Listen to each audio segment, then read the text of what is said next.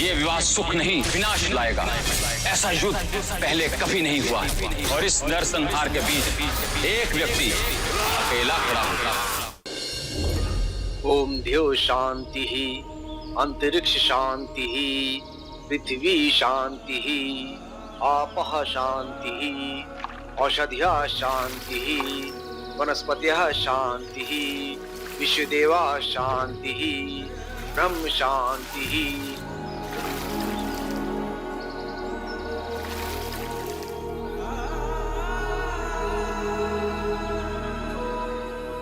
प्रतीत होता है कि आपके साथ मेरी अच्छाइयां, करुणा, इंसाफ, क्षमा सब मर गई हैं।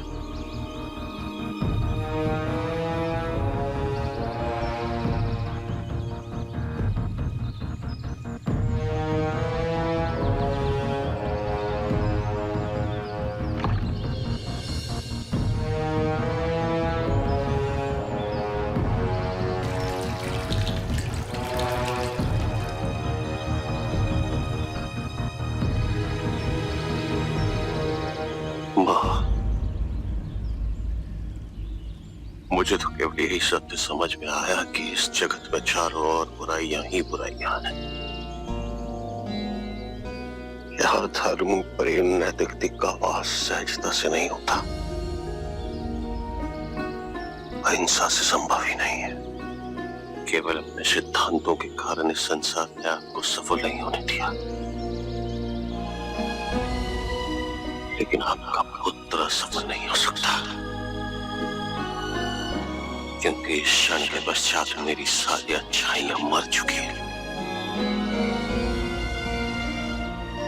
और आज मैं धर्मपुत्र अशोक आपकी अस्थियों की सौगंध लेता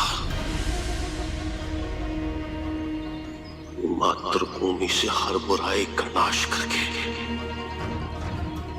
जिस संसार की कल्पना आपने की थी उसका निर्माण मैं करूंगा।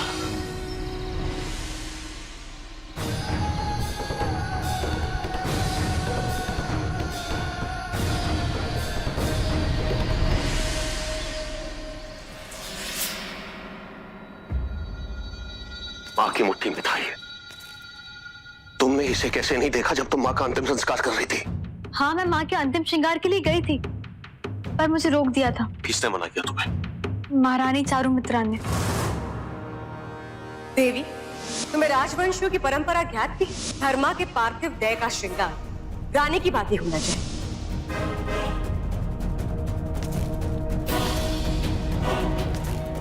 अवश्य रानी चारुमित्रा ने अपने पुत्र के अपराध को छुपाने के लिए वैसा किया होगा। अब सत्य तो केवल एक ही व्यक्ति बता सकता है। मेरे पहुंचने से पहले उनकी मृत्यु हो चुकी थी और जब सम्राट ने कहा कि वो रात से निद्रा में थी तो मैंने यही अनुमान लगाया कि निद्रा में उनके हृदय की गति रुकी और उनकी मृत्यु हुई। मैं आपसे अनुरोध कर रहा हूं, आप पुनः उस परिस्थिति का स्मरण कीजिए। सोचिए क्या वहां कुछ भी ऐसा था जिससे आपको यह प्रतीत हुआ कि मां की मृत्यु किसी और कारण से हुई हो? कुछ भी ऐसा जिससे आपको यह लगे कि मां की मृत्यु प्राकृतिक नहीं थी? विचार कीजिए, स्मरण कीजिए।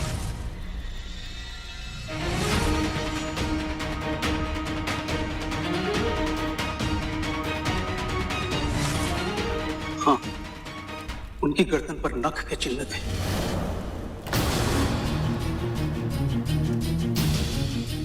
नख के चिन्ह? इससे एक संभावना ये उत्पन्न होती है कि किसी ने गला घोटकर उनकी हत्या की कोशिश की।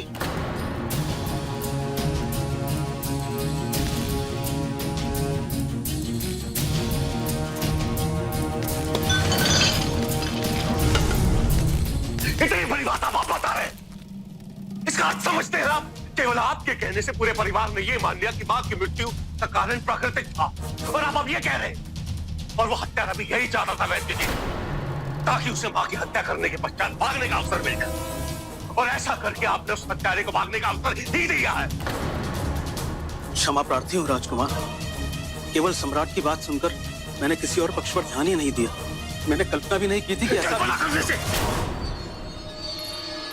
ये मनुष्य है, इनसे चूक हो सकती है। दंड देना है तो उन्हें दो जिन्होंने अपराध किया है। हमें सम्राट को सूचित करना चाहिए। हम किसी से कोई बात नहीं करेंगे, क्योंकि यदि बात खुली तो हत्यारे को यह ज्ञात हो जाएगा कि उसका षड्यंत्र खुल चुका है। और अब मैं उस व्यक्ति को दंडित करने का अवसर नहीं खोना चाहता। तुम्हें किसी पर संदेह है? मुझे केवल उन्हीं व्यक्तियों पर संदेह है जिन्होंने हमारे यहाँ से पलायन किया, और वो कौन है अब ये पता लगाने का उपाय केवल एक ही है। चलो।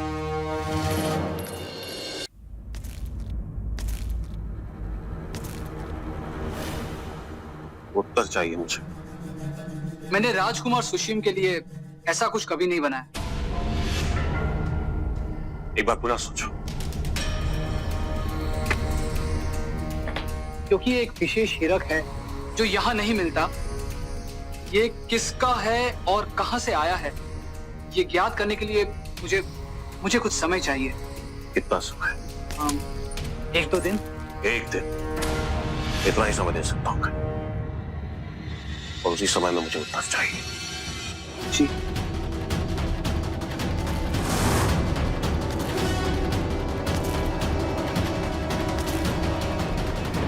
इसका उत्तर तो मुझे भी ज्ञात नहीं कि उन्हें हमारी योजना कैसे ज्ञात हो गई। मेरे घर।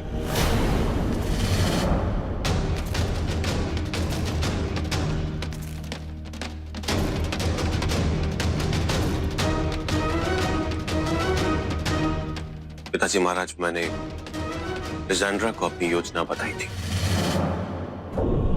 क्योंकि केवल लिजेंड्रा की सहायता से ही मैं राजमाता को दंडित करने में सफल रहा था। मैंने उसका विश्वास अर्जित करना चाहा और उसने मेरे साथ विश्वासघात किया। तुमसे इतनी बड़ी भूल कैसे हो सकती है अशोक?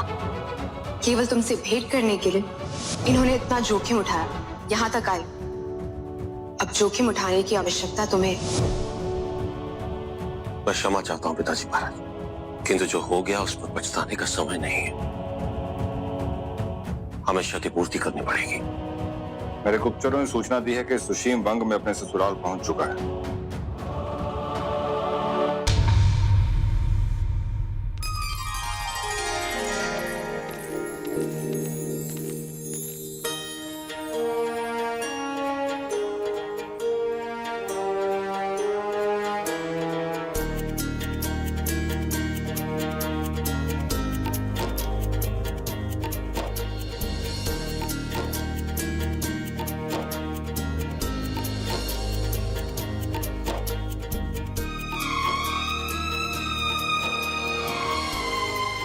मार्ग में कोई कष्ट तो नहीं हुआ?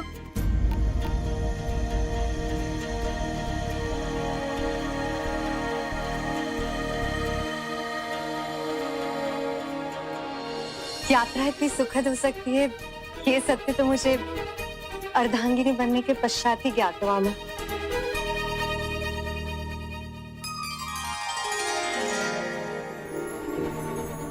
चंदा और उसका परिवार यदि इसी प्रकार मेरा साथ देता रहे तो शीघ्र ही मैं पाटलिपुत्र पर धावा बोलकर अशोक से उसकी मां की भांति उसकी मातृभूमि भी छीन लूंगा।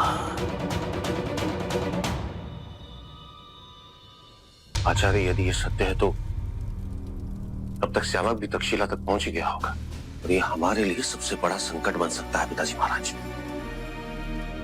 क्योंकि केवल वही एक रास्ता है जहां से विदेशी सेना हमारे देश में प्रवेश कर सकती है। यदि वो द्वार ध्वस्त हो गया तो सब कुछ ध्वस्त हो जाएगा।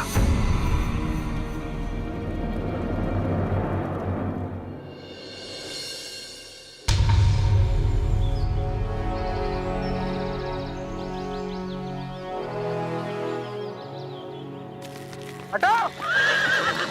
हटाओ मार्ग से! तक्षशिला के नए प्रांत बता रहे हैं।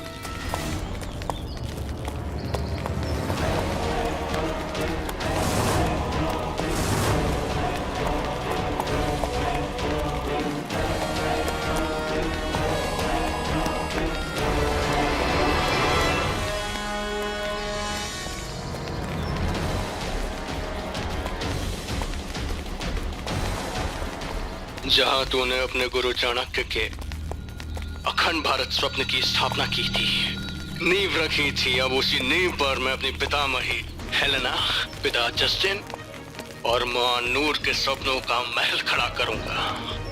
इस देश पर यूनानियों का राज होगा। रुको! इतना दुस्साहस किसने किया?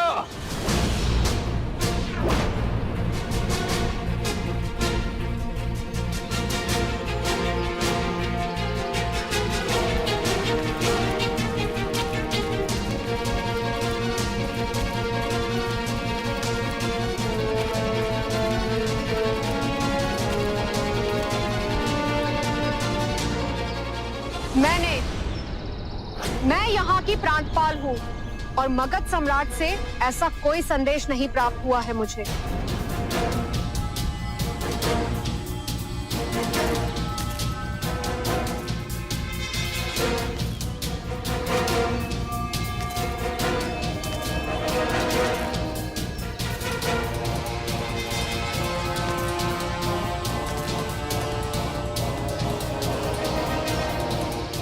तो तुम हो प्रसिद्ध भामिनी, तक्षशिला की प्रथम महिला प्रांतपाल, जिसे अशोक ने गद्दी पर बैठाया था। जिस व्यक्ति की पवित्रता, निश्चलता, कीचक जैसे दुष्कर्मी के सामीप्य से भी प्रभावित नहीं हुई, इतना कुछ सहकर भी जिस व्यक्ति ने अपनी एकाग्रता नहीं खोई, अपनी अखंडता नहीं खोई, तक्षशिला के प्रांतपाल का दायित्व उसे ही सौंपा जा सकता है। और मैं जिस व्यक्ति की बात कर रहा हूं वो और कोई नहीं, आप हैं। रानी धर्मा की मृत्यु के पश्चात मगध में 13 दिन का राजकीय शोक है। सभी राजकीय कार्य बंद हैं। सम्राट बिंदुसार शोक में डूबे हुए हैं। संभवतः इसलिए तुम्हें सूचित नहीं कर पाया।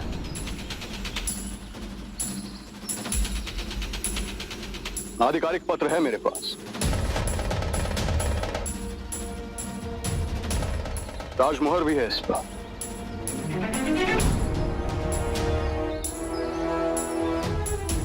सम्राट अकारण मुझे प्रांतपाल के दायित्वों से क्यों हटाएंगे? कुछ तो गड़बड़ है।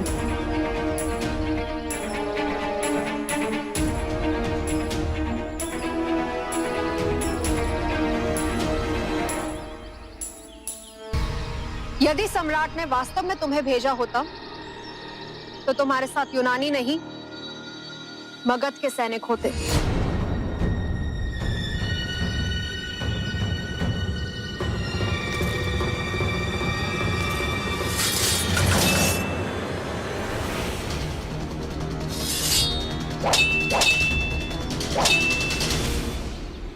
तुम तो पुरुषों की भांति लड़ती। शत्रु का न्यून आंकलन अपने विनाश को आमंत्रण देना है।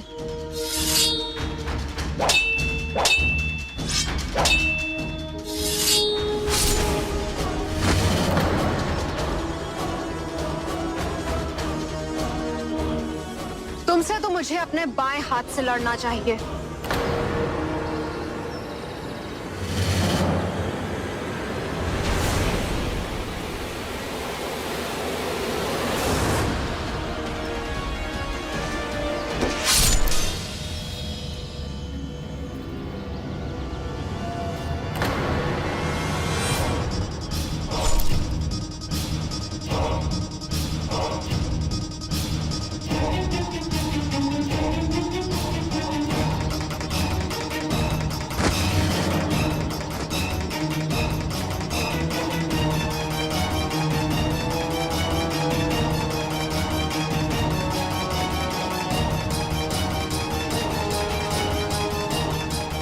मुझे क्षमा कर देना शुभ।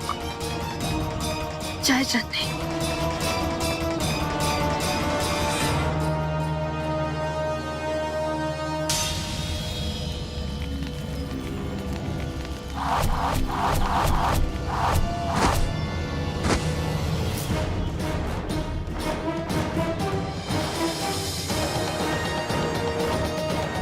जो घुटना टेकेगा मात्र वही जीवित बचेगा।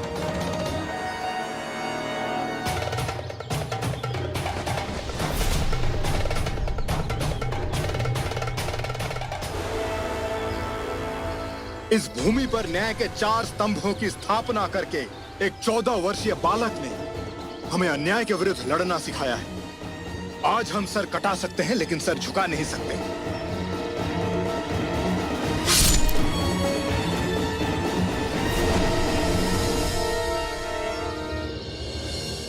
वही करेंगे जो अशोक ने कीचक के साथ किया था। उस भवन में अन्न क्या जल की एक बूंद भी नहीं जाएगी। देखते हैं कब तक यूनानी टिक पाते हैं। जय जननी, जय जननी, जय जननी, जय जननी।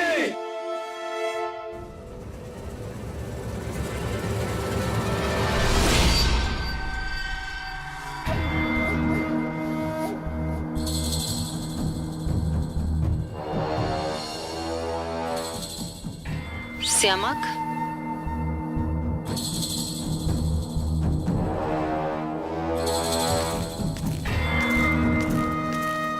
भले ही प्रजा ने विद्रोह कर दिया हो, लेकिन अब चिंता न करें।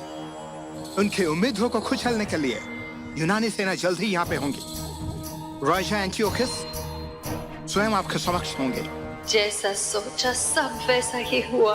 अब अशोक को यहाँ आना होगा और अंतियोकोस से लड़ना होगा। अंतियोकोस को मारकर अशोक उस समझौते को पूरा करेगा। तब मैं यूनानी सेना के लिए तक्षशिला के द्वार खोलूंगा।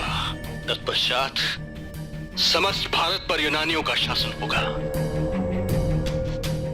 तब जाके कहीं मेरे नाना सेल्यूकस निकेटर, पितामही हेलेना, पिता जस्टिन और मानू, उनका स्वप्न और उनकी हत्या का प्रतिशोध पूर्ण होगा।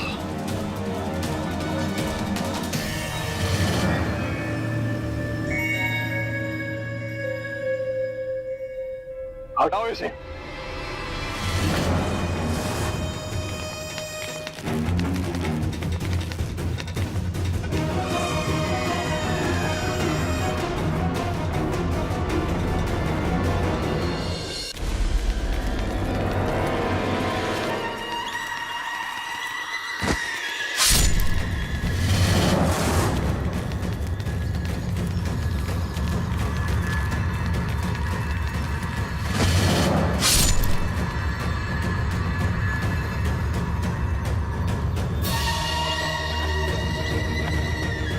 और जब तक ये समाचार आप तक पहुंचेगा, तब तक तक्षशिला एक स्वतंत्र देश बन चुका होगा, जिसमें मगध का कोई अधिकार नहीं होगा। तक्षशिला एक स्वतंत्र देश होगा जहां केवल मेरी इच्छा, मेरे आदेशों की पूर्ति होगी। आपका पुत्र श्यामक।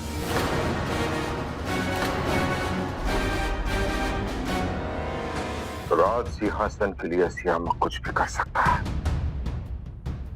ये मैं समझ सकता हूं, किंतु ये नहीं समझ पा रहा हूं कि उसने यूनानियों को हमारे विरुद्ध कैसे प्रयोग किया, कैसे उनके साथ मिल गया, कैसे उसने उनसे सहायता प्राप्त की, कैसे मेरा रक्त मेरे विरुद्ध हो सकता है। श्यामक जस्टिन और नूर का पुत्र है।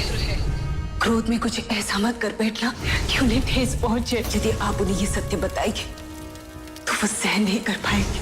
जब मां नहीं रही तो उनकी दी हुई सौगंध बंधेंगे। कौन सी शपथ?